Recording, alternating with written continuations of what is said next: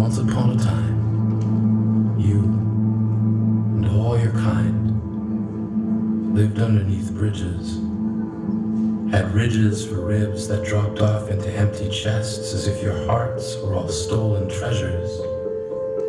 As if an excavation crew were hired to dig up and remove the part of you that let you feel.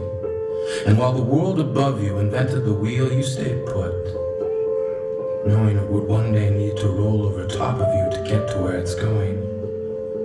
You had an endlessly flowing supply line of food. You began to brood over humanity and made meals of our hope, as if crushing our spirits would make your mirrors cast better reflections than the ones they gave. As if the only way you could save yourselves was to make the world ugly so no one would notice you hiding in it. You learned to knit pain into a kind of camouflage, treated hope like a mirage that you could use to lure in your next meal. You lived off of our fears if you could taste what we feel. And every night, as the moon read bedtime stories to sunlight, you took darkness as an invite to head out into the world. You curled your hands into wrecking balls. Your breath became squalls. You made rocks rumble. You made land shiver. You made boys and girls pray that someone would deliver them from you. We told them you aren't real.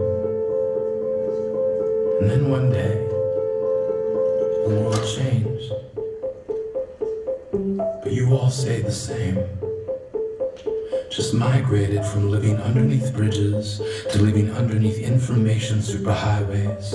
Days and nights became meaningless. Each already deepened chest became an abyss that no one would ever find the bottom of. Concepts like love fell into your gravity. We turned ourselves into life preservers, hoping to save as many as we could. But the fathers who stood guarding closet doors and the mothers who secured the floors underneath beds all shook their heads, not knowing how to deal with you.